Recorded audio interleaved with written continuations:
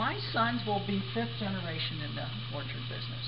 We originally came from Peach Grove, Ohio, which is right across the state line, only 30 minutes from here.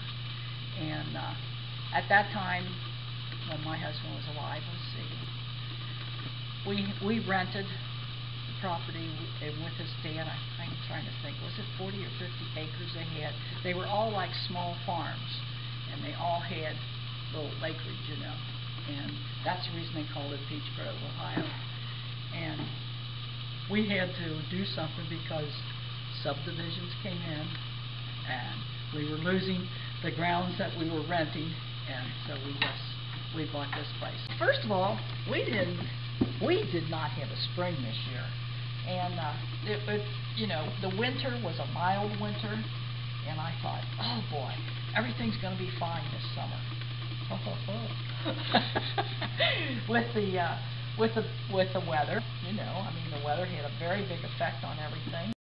We noticed right away when the weather, we kept that same temperature, and then all of a sudden we could see that when we went up into a peak of maybe 50 to 60 degrees, and then we realized our trees were all starting to bud, and I thought, oh no, it's not going to get 30 anymore, not going to get 28 anymore. Please don't let it get 28 or 30.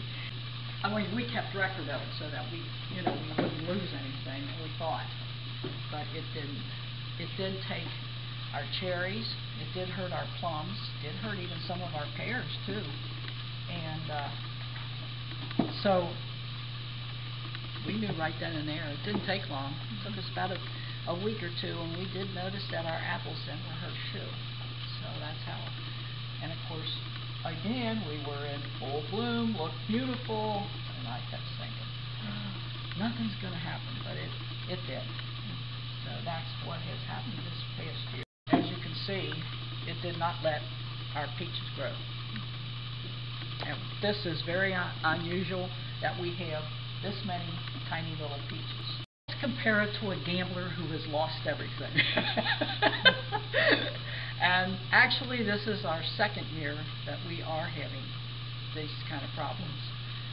Last year, in 2011, early, we had the rains. This year, we now have the drought, which is hard. It's been hard on trees, everything. People, in 1988, we did have a dry year that year, but again, it wasn't this severe. We did not have the 100, 101 temperature, and no rain whatsoever, you know, but we did have dry years. You know, when we bought out here, we bought and we were in debt then, yeah, and I mean, and now we're back. I mean, if I could visualize that many years back, over 46 years, that we would be this tremendously in debt, I would have never believed it.